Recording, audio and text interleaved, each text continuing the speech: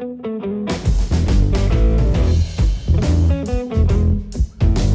folks, I'm Kutzer with the Orvis Fly Fishing Schools. I get asked a lot about how to cast a sinking line, and sinking lines can be a little bit tricky to cast, but I'm going to give you a couple tips on how to make that cast a little bit easier.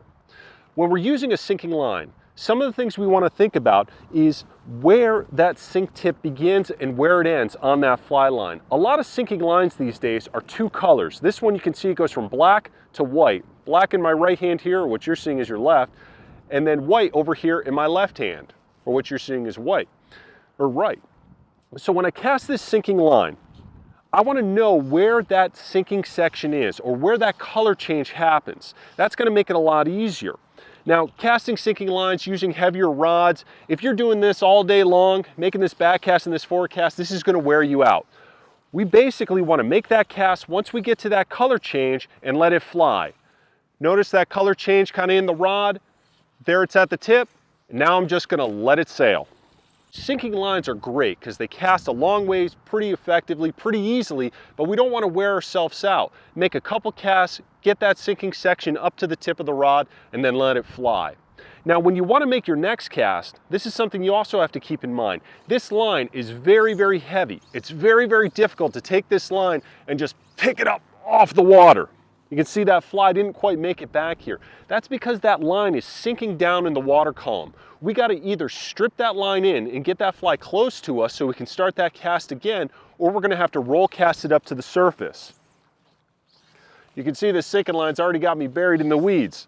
This is a 450 grain sinking line. This is usually the setup I'd use for big stripers. You can see it gets down. This was down here on the bottom.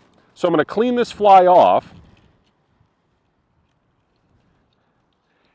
And watch again, if I cast this out over the water, there's my color change, I let it fly. If I wait just a couple seconds, even if I strip it into that color change, there it is, I can't pick this line up. It's too heavy, it's too much weight. But I can do that right there. I can roll cast this up to the surface, pick it up, and then let it fly back out there, and I can get back in the zone fishing again. So with these heavy sinking lines, you either strip them in, get that color change in, have that fly pretty close, then you can pick it up pretty easily, make a couple casts, and now I shoot that line out there, or strip in a little bit of line, get that color change back up by the rod tip, make a roll cast. It's not going to come all the way out of the water. Make 2 roll casts maybe, then you can pick it up and let it fly, and you can get back into that zone.